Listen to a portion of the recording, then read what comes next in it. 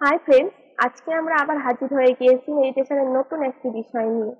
গতদিন আমরা আলোচনা করেছিলাম কিভাবে বাসায় বসে নিজে মেডিটেশন করবেন, আর আজকে আমরা আলোচনা করব বিজ্ঞানের চোখে মেডিটেশন নিয়ে।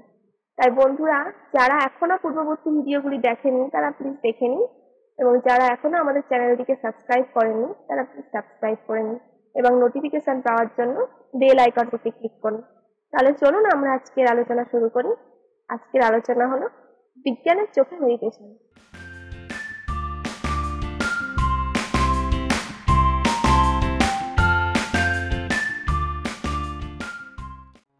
আমরা জানি বিশ্রাম, তন্দ্রা বা নিদ্রাকালীন সময়ে অবচেতন মন সবচেয়ে সৃজনশীল থাকে ও ভালোভাবে কাজ করে। আর বিশ্রাম বা তন্দ্রাকালীন সময় দেহ মন পুরোপুরি শিথিল হয়ে গিয়ে ব্রেন ওয়েভ নেমে যায় প্রতি সেকেন্ডে 13 থেকে 4 সাইকেলে, বিজ্ঞানের পরিভাষায় আলফা কিংবা থিটা লেভেলে।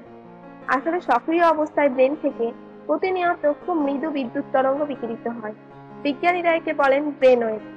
1929 সালে doctor Hans Berger electroencephalograph ইজি যন্ত্র দ্বারা এই ওয়েভ তরঙ্গ মাপেন।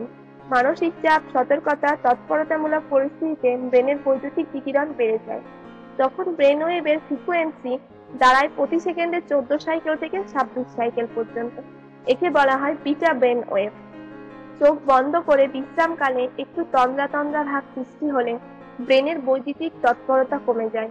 এ অবস্থায় ব্রেন ওয়েভের ফ্রিকোয়েন্সি দাঁড়ায় প্রতি সেকেন্ডে 8 থেকে 13 সাইকেল। একে বলা হয় থিটা ব্রেন ওয়েভ। আলফার চেয়ে ধীর, এর ফ্রিকোয়েন্সি হচ্ছে প্রতি সেকেন্ডে 4 থেকে 7 সাইকেল। এরপর রয়েছে গভীর নিদ্রাকালীন ব্রেন ওয়েভ।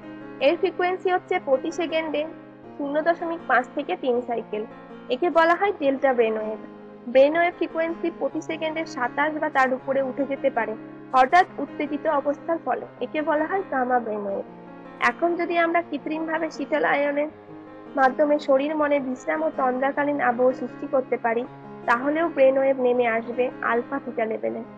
আর ব্রেন ওয়েভকে আলফা কিংবা থিটা লেভেলে নামিয়ে আনতে পারলেই ধ্যানাবস্থা সৃষ্টি হবে। অবচেতন মনের গভীরের শক্তিকে কাজে লাগানোর পথ হবে মুক্ত। আপনি প্রবেশ করতে পারবেন মনের আরো গভীরে। সচেতন মন যেমন অচেতনকে যথাযথ নির্দেশ প্রদান করতে ও সৃজনশীলভাবে কাজে লাগাতে পারে, তেমনি পারবে অচেতন বলয়ের সাথে যোগাযোগ স্থাপন করতে। আর অবচেতন তখন সেই নির্দেশকে বা ধারণাকে যুক্তিসঙ্গত পরিণতির দিকে নিয়ে যাওয়ার জন্য অনুকূল প্রেমে ফ্রিকোয়েন্সিতে নিরলস কাজে নেমে পড়বে।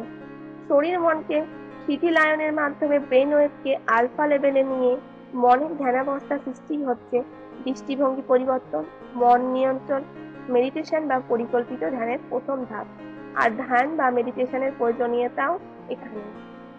বন্ধুরা, আজকের মতো এই পর্যন্তই। পরবর্তী ভিডিও নিয়ে আমরা খুব তাড়াতাড়ি হাজির হব। যদি আজকের আমাদের এই ভিডিওটি আপনাদের ভালো লেগে থাকে তাহলে লাইক এবং শেয়ার করুন এবং আপনার মতামত কমেন্টের মাধ্যমে আমাদেরকে জানান। ধন্যবাদ।